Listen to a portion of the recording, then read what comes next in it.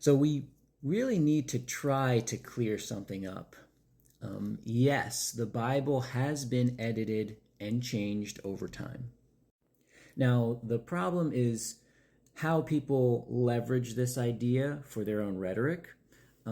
Critics of Christianity or faith or the Bible have used this for some time to suggest that, religion or the Bible is invalid. And so apologists or defenders of faith or Christianity, they've come along and they have talked about how really it's sort of a misrepresentation of the development of the biblical text to suggest that it's invalid because of the way that it's been doctored or whatever. I think a good example is a debate between a couple of New Testament Bible scholars, Dan Wallace and Bart Ehrman, and they talk about this, and Dan Wallace says that there's really not any major differences because we have so many biblical manuscripts, at least of the New Testament, that when we compare all of these, we look at the differences, and really there's such minor differences that they don't really matter.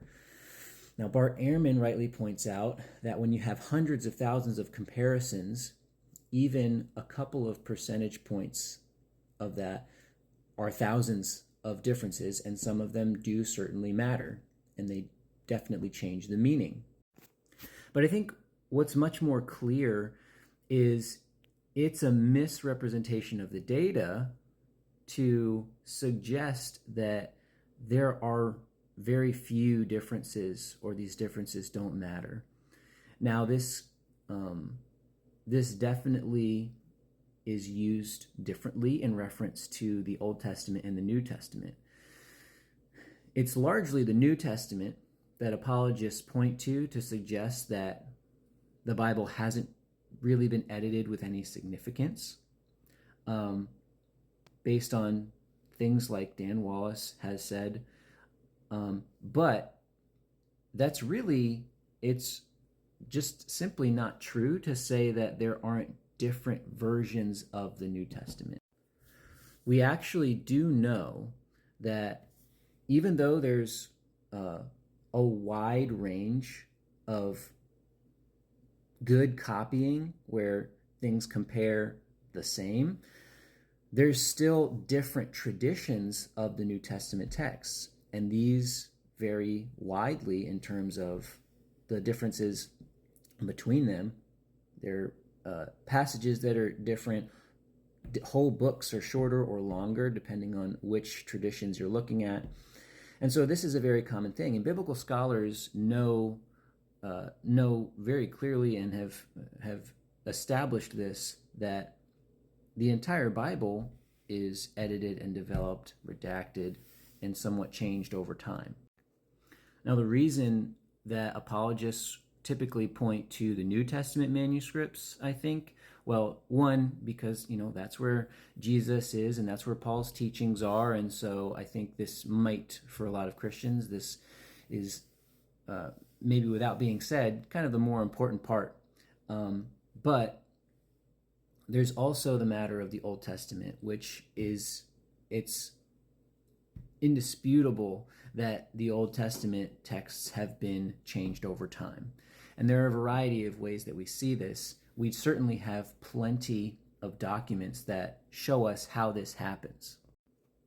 Now, one example I think that's used pretty widely because it's so clear and helpful is the book of Jeremiah, specifically chapter 25. If you look at the different versions that we have of this, we can see major differences in this chapter. And this is just an example. This is the same for a variety of texts throughout the Bible.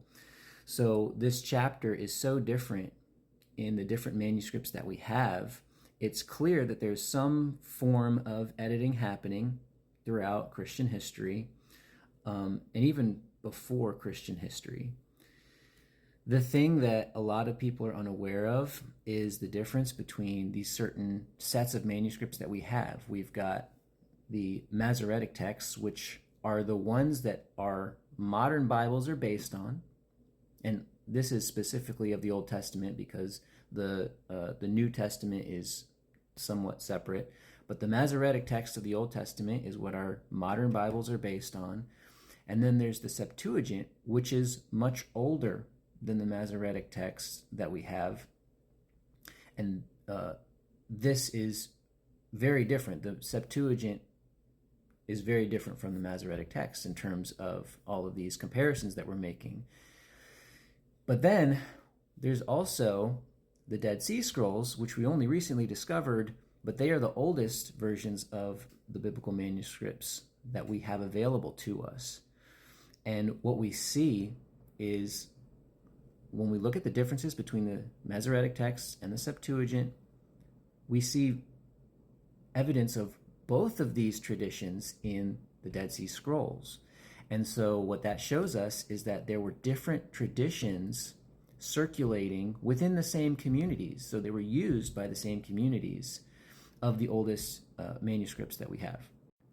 Okay, so all this to say, there's a lot more that could be said about it, but basically, we could differentiate between the development of the Old Testament and the development of the New Testament, but ultimately, what we need to acknowledge is that, yes, the biblical authors changed, edited, developed the biblical texts over time.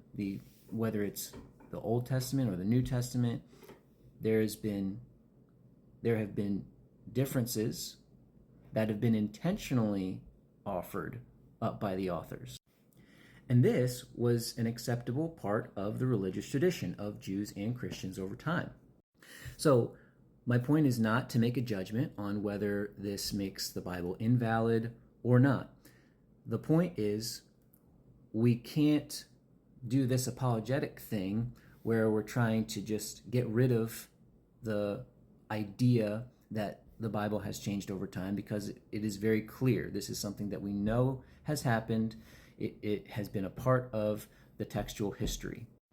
So whatever you want to do with that, we have to be aware that there are different versions of the Bible now, and there have always been, and we don't know what an original text might look like.